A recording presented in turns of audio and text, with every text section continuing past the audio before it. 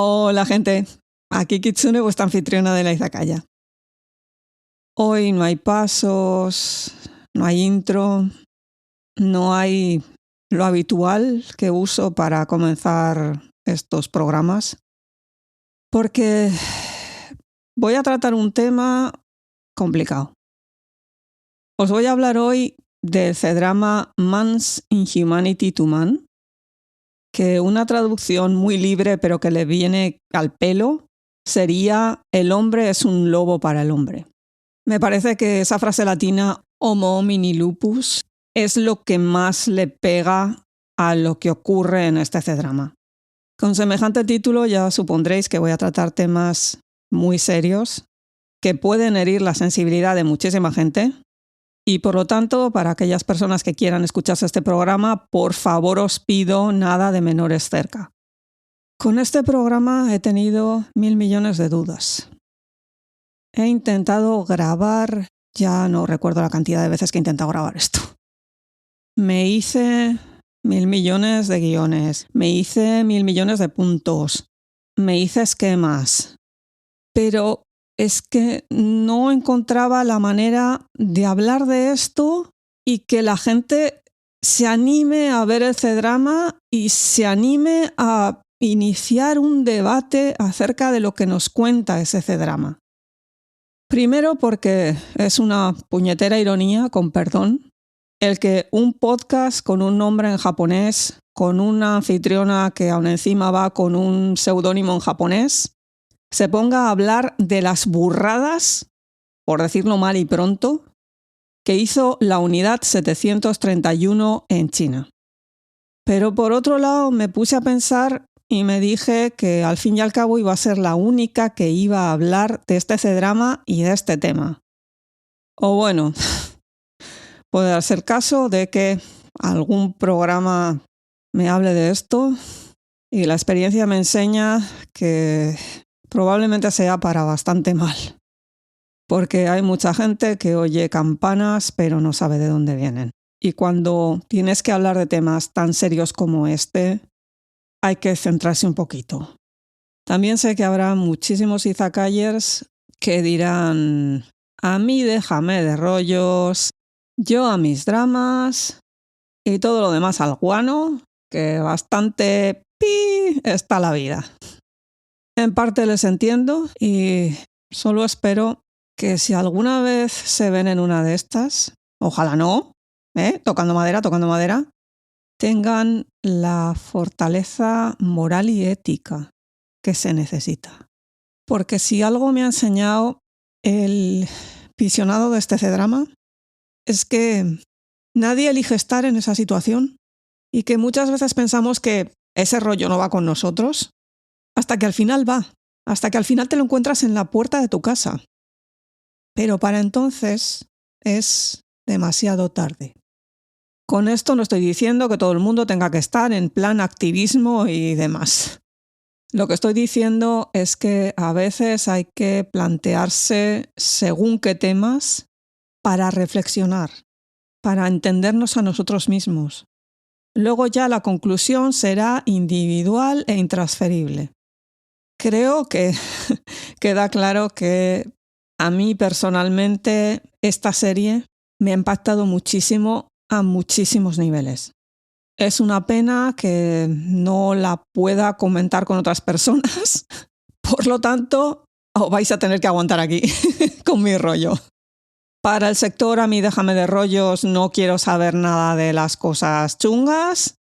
Voy a hacer una primera parte en la que voy a explicar datos técnicos, un poquito de qué va, sin entrar en detalles, tranquilidad. Y luego ya avisaré de que entro en la parte que es más análisis histórico, análisis de qué pasó ahí, para que no tengáis que seguir escuchando más el programa. Le dais al stop y aquí paz y después gloria. ¿De qué va Man's Inhumanity to Man? Pues nos cuenta varias historias individuales divididas en dos líneas temporales. Una más o menos entre el año 1941 al 42, 43, por ahí anda. y la otra a partir de 1990 y creo que llega hasta el 2007. Como telón de fondo a todas ellas, la unidad del ejército japonés número 731, más conocida en su época como Unidad del Ejército de Kwantung para el tratamiento de las aguas y antipandemias. Por un lado tenemos a Tang Chang-fu, un pobre hombre que se gana la vida transportando cosas con el carromato, que en un momento determinado el ejército japonés le requisa el caballo con la excusa de que está enfermo. El pobre hombre intenta por todos los medios recuperarlo, acudiendo hasta las puertas del enorme complejo militar que tienen en la aldea de Ping-fan. Al final no recupera el animal vivo, pero logra que le den un trabajo trayendo manzanas desde el almacén que tiene una compañía japonesa de frutas hasta la base de la unidad 731. Poco a poco irá descubriendo que dicho lugar no es tan inofensivo como parece. El segundo personaje que nos vamos a encontrar así principal y del que vamos a ir conociendo su historia es Arakawa Ryohei, un profesor de dibujo en una escuela para niños que es reclutado como ayudante civil para ir a Manchukuo precisamente por su habilidad artística. Me lo destinan a la unidad 731 y cuando llega se entera de que su trabajo consistirá en dibujar con todo detalle heridas y síntomas de los, entre comillas, enfermos que se, entre comillas, tratan en la base, porque la fotografía a color en estos momentos todavía no estaba muy desarrollada. Creo que algo había por Alemania, pero aún así no terminaba de pillar los colores como tenía que ser. Y a esta gente de la unidad 731 les interesaba muchísimo captar hasta el mínimo detalle, incluyendo colores. No digo más. A medida que este personaje va trabajando en el sitio este, vemos cómo va deteriorándose psicológicamente. Es un progresivo descenso literalmente a los infiernos.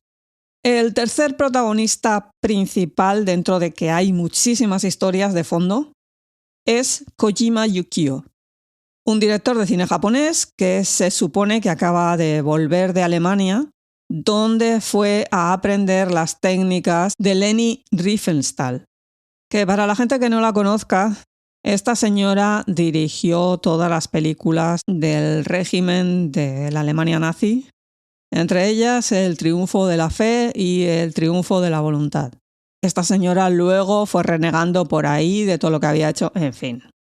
Hay un documental por ahí en que sale ella misma contando el tema, que es cuando menos curioso. Era una individua interesante. Igual que lo es el director este de cine, porque es un tipo muy pagado de sí mismo. Y está convencidísimo de que hay que llegar al hermanamiento de los países asiáticos frente al occidental opresor. Además, me va por la vida con una visión nada realista de lo que pasa a su alrededor. Como el tipo me ha vuelto de Alemania con una crisis creativa, porque el tío lo que quiere es reflejar el verdadero espíritu asiático que traen los japoneses para crear esa nueva raza asiática. Sí, el hombre está así de ido de la olla. En un momento determinado decide hacer una película 100% propagandística de las llamadas novias de Manchuria. Esto eran mujeres japonesas, normalmente de los estratos más pobres de la sociedad, que se ofrecían a viajar a Manchukuo para casarse con colonos japoneses y ayudar a purificar la sangre de la zona, creando nuevas aldeas. Esto fue real, gente. Esto ocurrió. A cuenta de todo el lío de grabar la película, conoce a 2 chicas de estas y las sigue hasta la zona de Harbin y el complejo militar. Una vez que logra traspasar sus muros, todos esos ideales comienzan a tambalearse teniendo que decidir entre la valentía o la cobardía. Por último, el personaje que podríamos incluir dentro del grupillo este de principales aparece en los 90s del siglo pasado y es la historia del conservador del Museo de Harbin, que se llama Jin Chen-ming, y sus esfuerzos no solo por localizar las piezas y documentos que atestiguen lo que pasó en aquel complejo, sino lograr que además el gobierno de Japón admitiera lo sucedido y pagara una indemnización a las familias de las víctimas, que por cierto no solo fueron chinos, sino que también hubo coreanos, rusos y prisioneros de guerra estadounidenses. Alrededor de estos 4, toda una constelación de personajes secundarios, también con sus propias historias, todas ellas muy interesantes y que también se verán afectados por las acciones de la Unidad 731. Como datos técnicos, que sepáis que esta serie se rodó en la propia Harbin y alrededores en un tiempo récord y se estrenó el 13 de diciembre de 2025 durante la fiesta nacional en recuerdo a las víctimas de la masacre de Nanjing.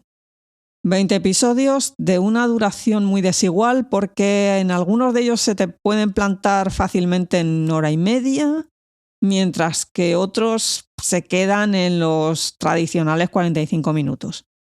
Todos ellos estructurados de una manera un poquito diferente a lo habitual, porque me divide los 20 episodios en 4 capítulos.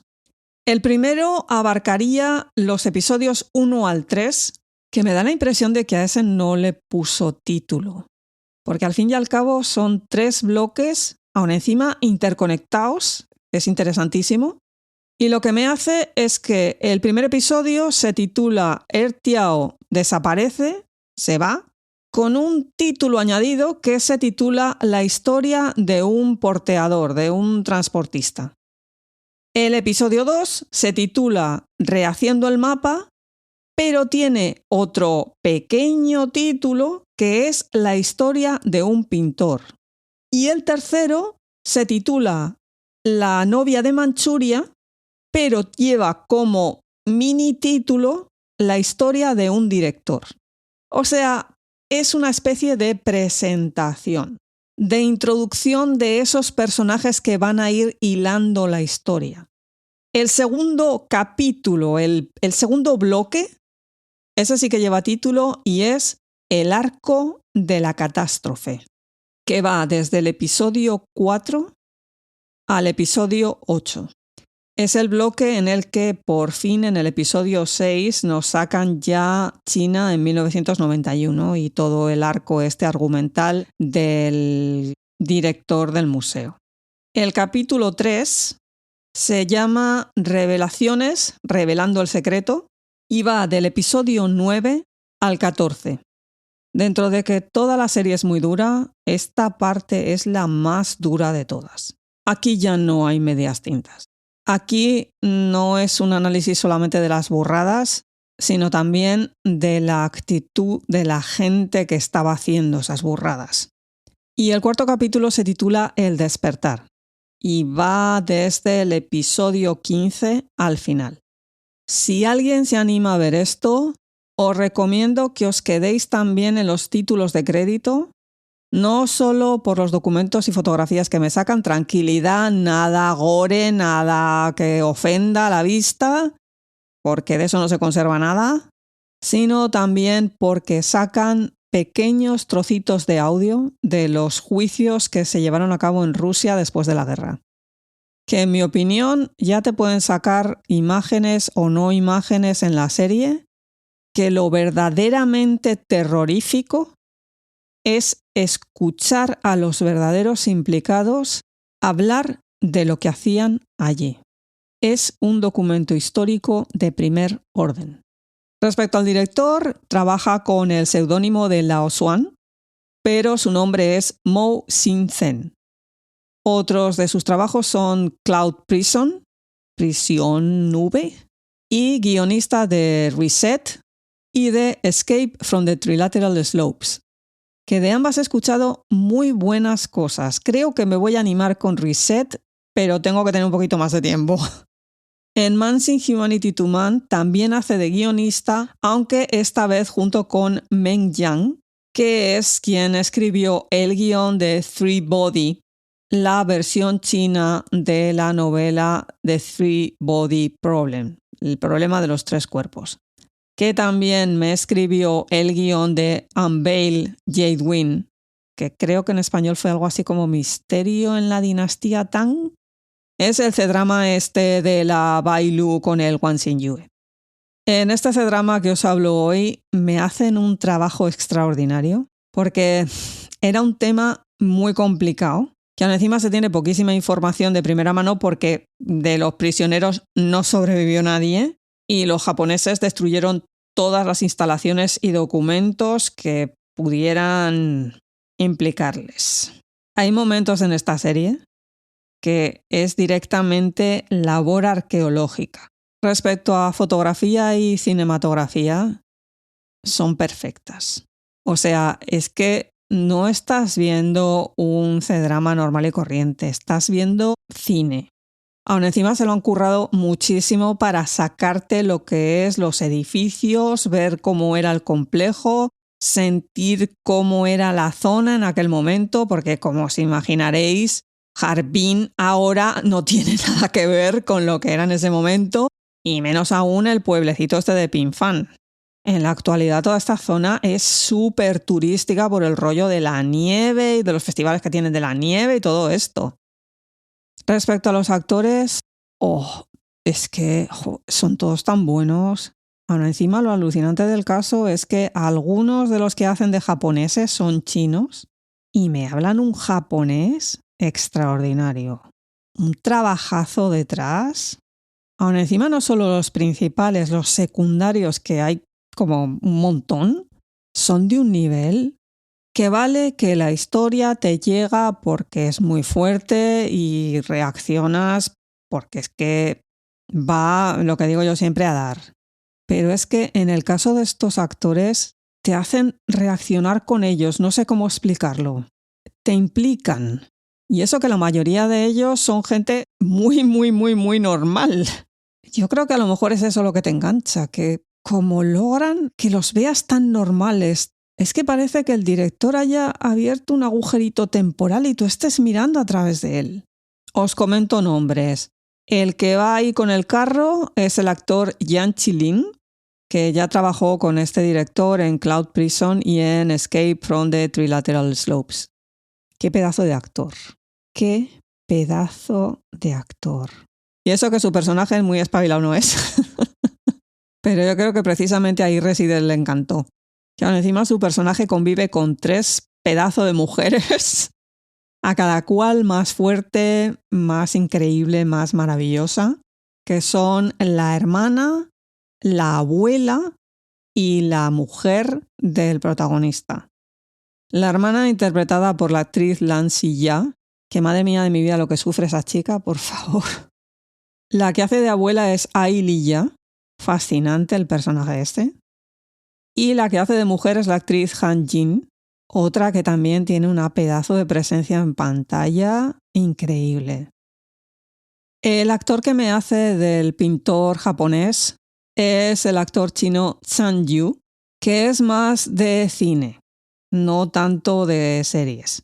Y yo no lo conocía, pero extraordinario. Aún encima me lleva el peso de según qué escenas muy duras. Algunas de ellas ni siquiera tienen diálogo. El japonés que me habla es increíble. Yo pensaba que era japonés. Y desde luego se merecería llevarse todos los premios y más, que no se los llevará porque ya sabemos cómo funciona esto.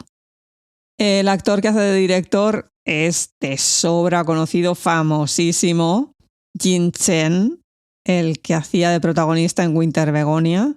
Pedazo de interpretación que se me marca aquí también. La fisicalidad de este tío es increíble. Yo ya no sabía a qué carta quedarme con él. Tiene también algunos de los momentos más duros de todo el drama. Me hizo reflexionar muchísimo. No solo sobre su historia, sino también sobre sus decisiones, sobre por qué hacía lo que hacía.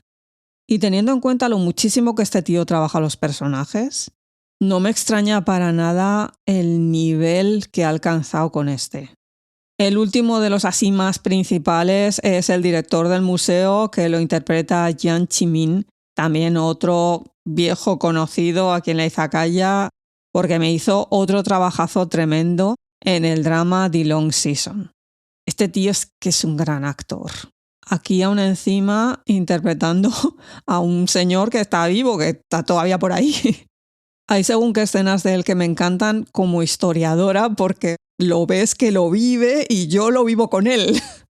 Ya hacia el final está en unos archivos que le llaman en plan, mira, nos estamos quitando esto de encima, no sé si habrá algo que te interese. Y me hace un escenón en el que encuentra una documentación que enlaza directamente con las historias que nos ha estado contando de 1942, que te llega al alma. Por el actor, por la historia, por cómo está rodado, por todo. Otro actor que me impresionó muchísimo es Song Jia-ten, que hace del prisionero 909.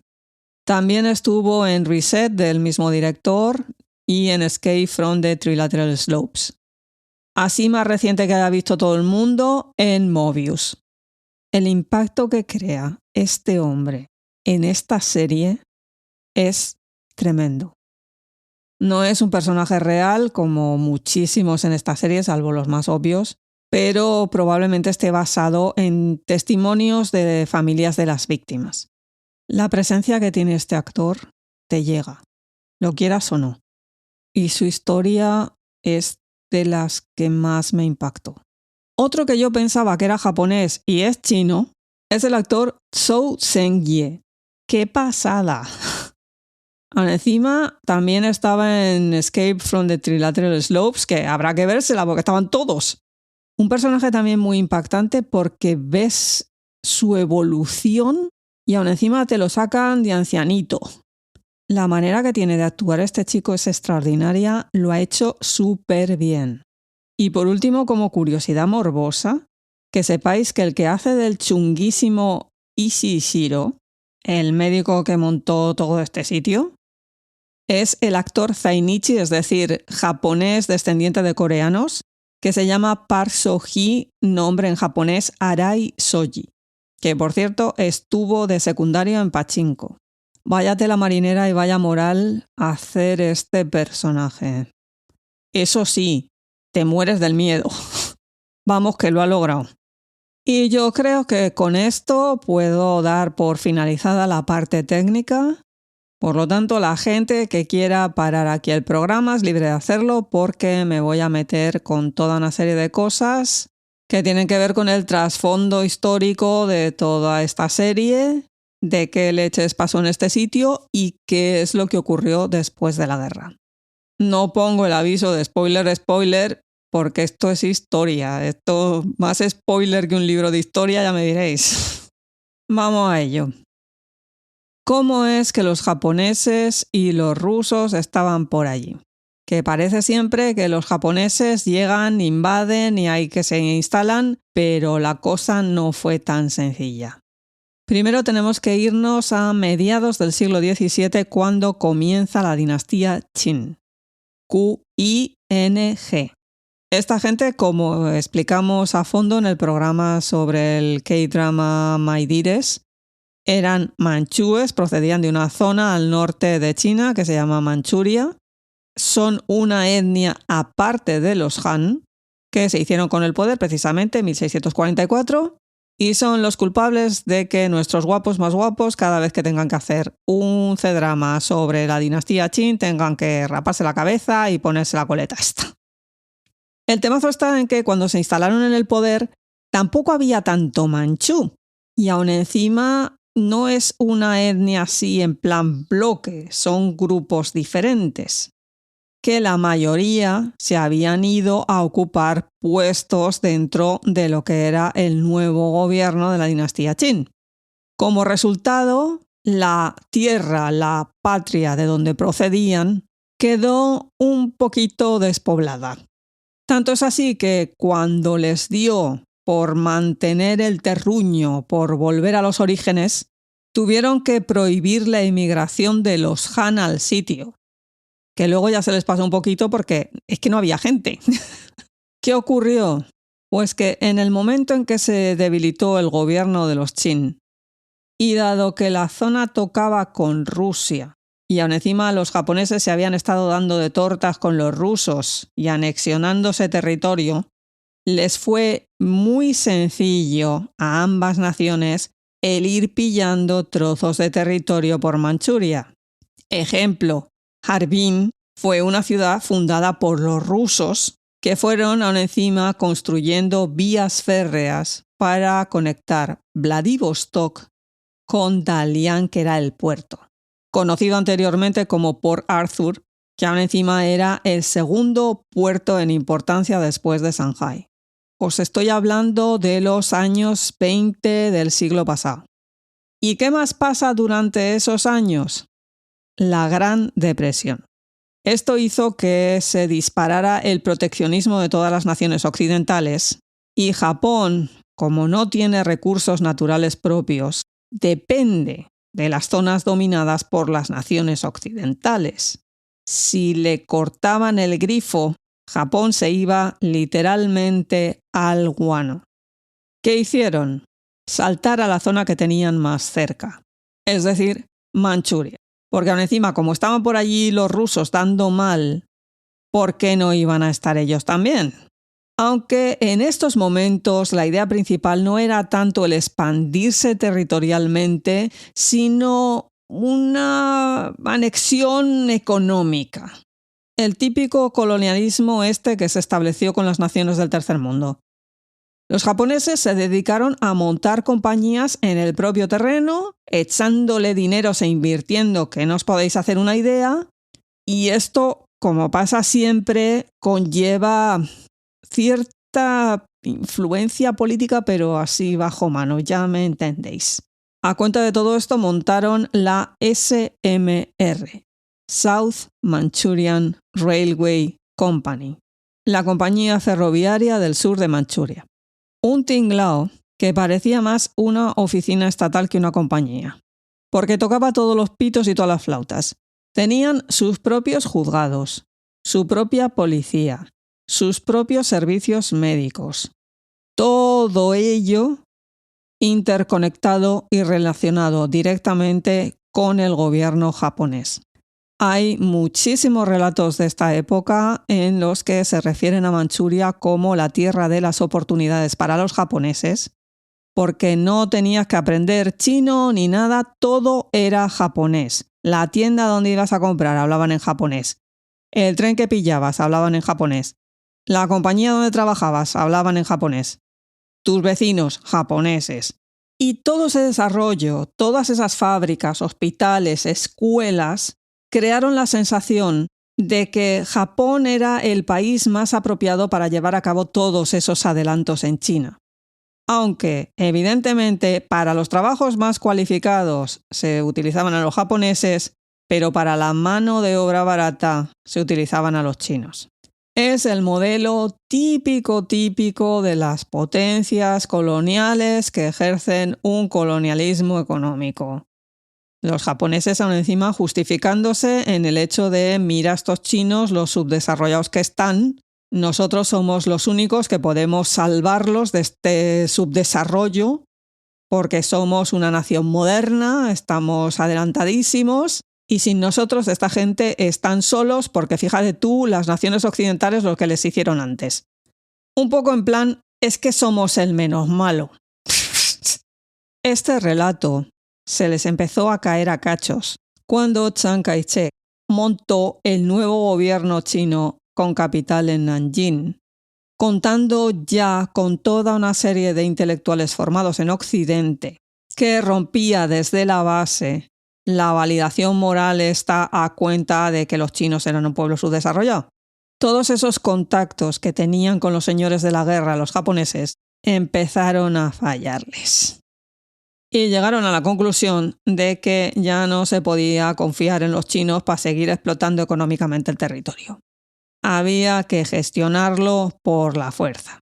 Así es como se monta la ocupación japonesa de Manchuria de 1931 y la proclamación del falso estado de Manchukuo en 1932, trayéndose del exilio a un emperador títere que fue Puyi. Esto te lo vendían los japoneses como que estaban liberando a los manchúes del yugo del dominio Han, del dominio chino. Venga, sí, que te lo compre quien te crea. Curiosamente, al contrario de lo que pueda parecer, esto no fue liderado por unicejos fascistas. Detrás de esto hubo una clase de jóvenes educados con estudios que les compraron la mercancía, por muy raro que pueda parecer, y que iban por ahí convencidísimos de que los japoneses debían de liderar un nuevo dominio asiático que llegara a igualarse a las naciones occidentales en plan Asia para los asiáticos. ¿Os suena? En fin, después de la creación del estado este de Manchukuo en marzo de 1932, hubo protestas internacionales. Pero vamos, se las pasaron por el forro porque nueva nación asiática dominante, bla, bla, bla. Para colmo, en 1935 el Estado ruso les vendió todas las líneas férreas que habían construido por allí. No voy a entrar aquí en todo el rollo este de la toma de Shanghái, la masacre de Nanjing, los enfrentamientos armados dentro de China, porque es que esto sería súper largo. Quedaos con la idea de que a los japoneses les empieza a entrar la paranoia de que aprovechando que están distraídos, entre comillas, dándose de leches con los chinos, los rusos les van a atacar. Y otro convencimiento que tenían es que era más que probable que los rusos tuvieran el avance tecnológico suficiente como para que utilizaran armas bacteriológicas. ¿En qué consiste esto? Pues en utilizar armas que no están cargadas de explosivos, sino cargadas de agentes bacteriológicos. Uno que hemos oído muchísimas veces es el famosísimo anthrax. Unos elementos que lo que van es a contagiar a la población y que mueran, mientras que tu ejército cuenta con la vacuna o la medicación que impide que esto les afecte a ellos. A ver, que esto no era nuevo. Este tipo de tácticas se llevan utilizando desde que el mundo es mundo. Se sabe que ya en tiempos de los romanos se contaminaba el agua de pozos y de ríos para que la gente se infectara con lo que fuere y la palmaran todos. Luego, durante la Primera Guerra Mundial, se utilizaron este tipo de armas. Y esto hizo que, finalizada la Primera Guerra Mundial, se firmara el Protocolo de Ginebra en 1925, que prohibía la posesión o el desarrollo de armas químicas y biológicas. Protocolo que, por cierto, firmó Japón. Por lo tanto, se supone que esta paranoia que les había entrado no tenía razón de ser. Pero como no existía ningún organismo que se asegurara de que no había ningún país desarrollando este tipo de armas, mejor investigarlas tú para un por si no vaya a ser que. ¿Os suena? Entre 1932 y 1934 se construye el primer laboratorio en suelo chino bajo dominio japonés destinado a realizar este tipo de experimentos y sometiendo a 600 prisioneros a sus pruebas. Después se fueron montando más hasta que se construyó en 1937 un enorme laboratorio en la aldea de Pinfan, que está a 45 minutos hacia el sur de Harbin. Era tan grande que tenía su propio aeropuerto, sus propios barracones y su propio garito de chicas. En total, 76 edificios construidos todos con mano de obra china. Un año después, en 1938, Ishishiro pasa a ser el jefe de esta base militar. Un médico nacido en Tokio que se había formado en la prestigiosísima Facultad de Medicina de Kioto. Y un tipo que consideraba que las armas bacteriológicas eran fundamentales si Japón se quería adelantar al resto de naciones y consolidar su posicionamiento internacional. ¿Qué pasa? Que para desarrollar esas armas necesitas saber qué es lo que producen. Necesitas experimentar con ellas. Pero no es lo mismo la experimentación con animales que lo que luego pueda pasar en el cuerpo de un ser humano. Y a eso se dedicó la que se llamó a partir de 1941 Unidad 731. Fijaos bien en la ironía, porque en un primer momento a esto no me lo llaman el Centro de Investigación de Armas Bacteriológicas, que va. Le ponen el nombre tan inocuo de Unidad del Ejército Quantum para el tratamiento de las aguas y antipandemias, con la excusa de que había habido un brote de cólera en el ejército y entonces es que había que tratar las aguas, que estaba mal aquello. Que yo ya me planteo si no lo hicieron a posta y me envenenaron las aguas para luego tener la excusa. Después van y me lo llaman Unidad 731, que vete tú a saber.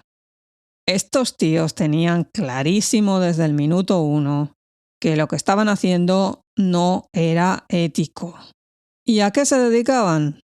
Pues sencilla y llanamente a experimentación en humanos. ¿Y de dónde se sacaban los humanos? En papel se supone que eran criminales que sacaban de la cárcel para experimentar. En la realidad era todo el mundo que pillaban por ahí. ¿Que le habías caído mal a uno y te detenían? Pa' allá. ¿Que consideraban que no tenías los papeles suficientes como para estar en Manchukuo? Para allí. ¿Que eras prisionero de guerra? Para allí. ¿Que te habían pillado robando unos caramelos en una pastelería? Para allí. ¿Que un día había que caminar por la acera izquierda y tú habías caminado por la derecha porque había un charco o no había acera? Para allí. Por lo tanto, nos encontramos que los prisioneros, entre comillas, de esta Unidad 731 estaban compuestos por hombres, mujeres y niños. Todos ellos sometidos a los experimentos que a esta gente se les pasaron por la cabeza. No penséis que la cosa se quedaba en la coña bacteriológica, que también. Normalmente me los infectaban con peste o lo que se les ocurriera ese día y a ver qué pasaba. Y vamos a probar con esto, y vamos a probar con este tratamiento, y vamos a probar con esto otro, y a ver qué les pasa, y a ver cómo se mueren, y a ver qué bubones les salen. Bueno, todo ello con un montón de médicos tomando notas y haciendo unos informes maravillosos. ¡Viva el avance de la ciencia! Esto que conste dicho con toda la ironía del mundo. Otra de las burradas que me hacían eran comprobar los efectos de la congelación en el ser humano.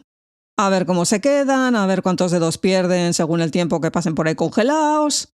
Otras era meterlos en una cámara hiperbárica y succionar el aire a ver cómo reventaban. Otra parte la tenían destinada a médicos que acababan de terminar la carrera o que no tenían mucha experiencia o que estaban todavía estudiando. Pillaban a un prisionero, lo herían y tú tenías, 5 o 10 minutos para arreglar esa herida. Sin anestesia y casi que con un cuchillo a la mantequilla. Los resultados todos muy anotados, unos informes maravillosos. ¡Viva la ciencia! De nuevo esto, que se note con toda la ironía del mundo. Otro deporte que tenían estos médicos era que pillaban a uno, me lo abrían en canal y empezaban a sacar cosas de dentro, ni anestesia ni nada, ¿para qué? Y luego lo volvían a montar, lo cosían y tira para afuera. A ver qué pasa. Y les daba igual chicos, chicas, chacos o la edad que tuvieras. Para colmo, si sobrevivías a cualquier cosa de estas, al poco repetían. Así hasta que al final una de estas cosas se te llevaba por delante. O si no estabas muy para que te hicieran alguna otra burrada, se te llevaban a un campo que se supone que era de ejercicios militares, te ataban a un poste y al rato aparecía un avión que lanzaba una bomba con lo que fuere y a ver qué le pasaba al cuerpo humano con eso. Porque total, como ya estabas cascado, que ya no tenías aproveche, pues te aprovechaban para eso. A los seres humanos que utilizaban en estos experimentos, los japoneses los llamaban maruta, que significa un tronco, una rama, un trozo de madera. Para ellos no eran seres humanos, eran cosas. Pasa el tiempo y, como todo el mundo sabemos, Japón terminó derrotado después de la Segunda Guerra Mundial. El estado títere de Manchukuo duró 30 años y fue liberado por tropas soviéticas. Los japoneses, con Ishishiro a la cabeza, lo que hicieron fue cargarse todo el complejo, todo aquello que pudiera implicarles y todo aquello que pudiera servir de prueba una vez acabada la guerra. Esto incluye a los prisioneros que pudieran quedar vivos en Harbin.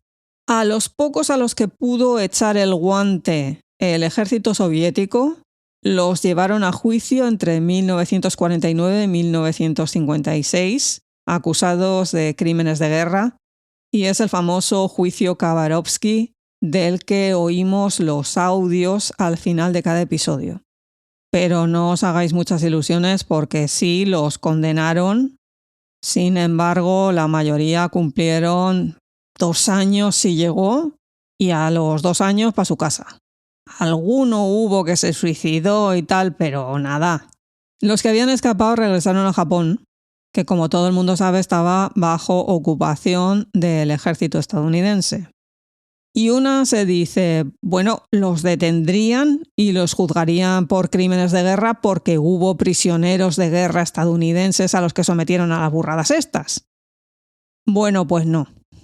Porque ¿qué les pasó tanto a rusos como a estadounidenses cuando se enteraron de que los japoneses habían llevado a cabo experimentación en humanos para desarrollar armas bacteriológicas?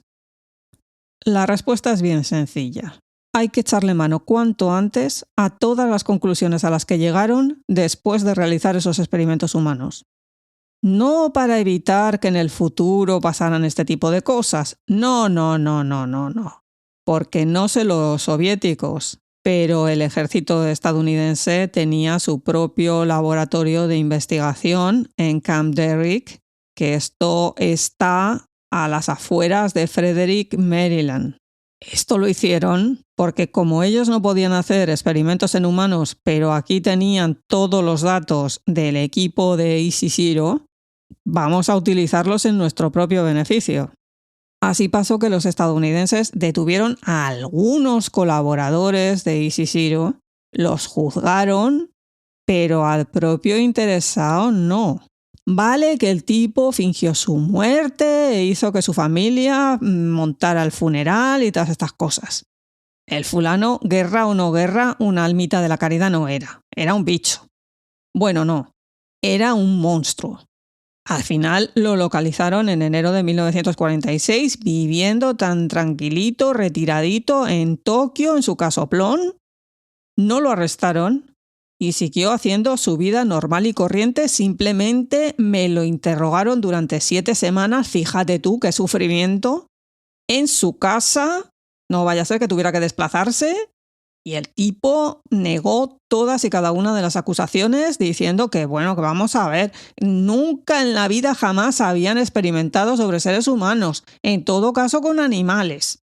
Y les empezó a sacar documentación que lo demostraba, que por supuestísimo había enterrado por todo el jardín de su casa. Para colmo, los estadounidenses súper contentos porque, fíjate tú, era una persona encantadora y proestadounidense. Toma ya. Aquí el problema estuvo en que a partir de 1947 algunos de los colegas de este hombre empezaron a largar y empezaron a contar todas las burradas que había hecho la Unidad 731. Aún así, las autoridades estadounidenses decidieron que no se le podía juzgar porque sus resultados fueron considerados fundamentales para el avance de los Estados Unidos en este campo, dado que ellos no iban a poder realizar experimentos en humanos. Y toda la documentación que los estadounidenses consiguieron de estos japoneses indultados fue mantenida en secreto durante décadas. Solamente a partir de 1990 es que se dio acceso a este tipo de documentación. Y cuidado que los soviéticos 3/4 de lo mismo. Esa información era oro puro. Se sabe que el gobierno de Estados Unidos utilizó armas bacteriológicas durante la Guerra de Corea, resultado precisamente de las investigaciones de EC0. En China, como no sobrevivió nadie, el complejo se destruyó por completo antes de que llegaran las tropas soviéticas. Y hasta que por fin pasó a formar parte de la China comunista, hubo una guerra civil de por medio, todo esto se obvió. Era muy difícil demostrar qué es lo que había pasado allí, era muy difícil poder tener el testimonio de alguien que afirmara qué es lo que estaba pasando allí dentro. La mayoría de testimonios eran de gente que había estado trabajando allí, pero no había estado en el meollo de lo que era el edificio principal, donde se llevaba a cabo todo esto. Y al contrario que los campos de concentración nazis, aquí no se conservan ni fichas, ni archivos, ni nada de nada. Se supone, una estimación así un poco a voleo, que fueron asesinados entre 3.000 a 10.000 personas. Y Harbin no fue el único complejo, hubo muchísimos más repartidos por toda China. A partir de finales de los 90 del siglo pasado, el Partido Comunista Japonés, representado por el abogado Tsuchiya Koken, que por cierto era pro gobierno de Corea del Norte, junto con el gobierno chino, exigieron una compensación económica a las familias de las víctimas. El 19 de julio de 2005, la Corte Suprema de Tokio reconoció que hubo una investigación para realizar una guerra bacteriológica, pero negó las acusaciones, citando que el gobierno no tenía responsabilidad sobre las mismas. El 2 de mayo de 2007, la Corte Suprema comunicó al equipo legal de las víctimas que negaba su recurso, alegando que las normas del procedimiento civil y la inmunidad del Estado impedían que este mismo fuera aceptado. Un proceso legal que había llevado 10 años y que terminó en nada. Hoy en día se pueden visitar las pocas ruinas que quedan del sitio y bueno, está el museo que montó el hombre este con las cosas que fue encontrando por ahí, la documentación que ha ido recopilando, porque la gente de la zona se quedó con algunas de las cosas que pertenecían a los laboratorios para utilizarlas en la cocina. Bueno, esto significa que a pesar de que la unidad 731 había desaparecido, el complejo había sido destruido, siguió cayendo gente muerta a cuenta de utilizar el material que vete tú a saber lo que había allí. Todo esto que os he comentado sale en la serie. Es lo bueno del guión que se me han marcado porque logra introducir cada uno de estos puntos de una manera orgánica, sin que se note ahí forzado, y te queda una visión global muy buena y muy concreta de qué es lo que estaba pasando, cómo se había montado, la reacción de cada una de las personas que estuvieron implicadas y cómo terminó todo esto y cómo se ignoró todo esto. Aún encima logrando algo complicadísimo, que es el no presentar a los japoneses como esa especie de malignos terribles. Vale que sí, que EC0 sale y da mucho miedo, pero hay toda otra serie de personajes que ves cómo tienen sus dudas morales, pero como personas de a pie era muy difícil que hicieran algo. ¿Qué haces? Es que una vez que han entrado en esa rueda, es dificilísimo salir. Así pasa que muchísimos de ellos pierden por completo su humanidad. En el episodio 13 hay un diálogo interesantísimo entre el pintor, que se llama Arakawa, y un jovencísimo recluta de 16 años al que llama Narita-kun. El chico joven empieza a tener sospechas de que Arakawa no es lo suficientemente fiel a la causa japonesa y le dice que debería de estar agradecido de poder vivir allí y que en un primer momento había deseado ir a ese sitio. Entonces Arakawa le contesta diciendo: ¿realmente piensas que este sitio es tan maravilloso? ¿Realmente piensas que lo que está pasando aquí está bien? A lo que Narita-kun le responde: todavía estoy aprendiendo y creciendo. Me adaptaré a todo lo que ocurra aquí. Sigue la conversación y en un momento determinado Arakawa, ya desesperado, le dice: están experimentando con seres humanos aquí. A esa gente que está en el edificio 7 y en el edificio 8, los están infectando con bacterias y observando sus síntomas. Incluso han llegado a realizar disecciones en personas vivas y tomado muestras de sus órganos. También han usado gas tóxico para matar gente. No han escatimado ni a niños ni a mujeres embarazadas. ¿En serio crees que ese tipo de cosas están bien? Narita-kun le corta diciendo enemigos. Arakawa se queda sorprendido y le dice: ¿perdón? ¿Qué has dicho? Y este chico de 16 años le contesta con un monólogo que nos pone los pelos de punta y que no se va mucho de algunas cosas que estamos oyendo últimamente. El chico dice: esa gente son enemigos, ¿verdad? Esa gente que mencionas, esos Maruta que están siendo usados en experimentos, son todos nuestros enemigos. Por lo tanto, ¿qué hay de malo en usar la sangre de nuestros enemigos para hacer armas que nos beneficien?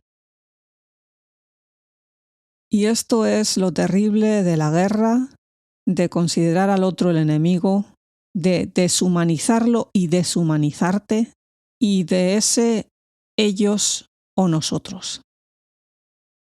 Una serie que da para reflexionar mucho, que me ha impactado profundísimamente y que me da rabia que si esto llevara adelante el nombre de Steven Spielberg o llevara adelante el nombre de una productora como es HBO, se estaría llevando todos los premios que en el mundo han sido. Y se la estaría viendo todo el mundo como se vieron Chernobyl, y el tema de la unidad 731 sería de sobra conocido por el gran público, igual que se conoce lo de Auschwitz, e igual que se conoce todo el tema del Holocausto. Aunque conociendo el tratamiento que le mete Hollywood y las productoras occidentales, casi que mejor que no le hayan metido mano a esto. Y quiero terminar este programa con una frase que dice el historiador dentro de la serie: si las víctimas olvidan, ¿cómo podrán los culpables recordar lo que han hecho? Hay que recordar, porque recordar es no volver a repetir. Recordar es saber qué decisión tomar cuando te encuentras con algo así de nuevo. Recordar es hacer justicia a las víctimas. Sé que el programa de hoy ha sido duro para la gente que haya llegado hasta aquí. Muchísimas gracias. Si no la habéis visto, os animo a verla, aunque con calma. No se pueden ver 2 episodios al día ni hacer maratones. Esto requiere su tiempo. Y si la habéis visto, espero que os haya servido como me ha servido a mí para plantearme muchísimas cosas. A la poquita gente que quede escuchando, os pido que recomendéis el podcast por ahí. Ya sabéis, dirigidlos a izakayapodcast.com. No les digáis: ay, fíjate tú, que es que trata esos temas tan serios. A ver, es cuestión de animarlos a escuchar, no de espantarlos. Además que es una página muy completita, no solamente están los programas, están las redes sociales, lo del canal de Discord, el canal de YouTube. Vamos, que cubre muchos frentes. Si alguien por aquí es de los que las redes sociales no les motiva, pero os apetece hacer un comentario sobre lo que trata hoy, tranquilidad, que tenemos un email: laizakayapodcast@gmail.com. Y sin mucho más que añadir, cuidaos mucho, gente. Yané.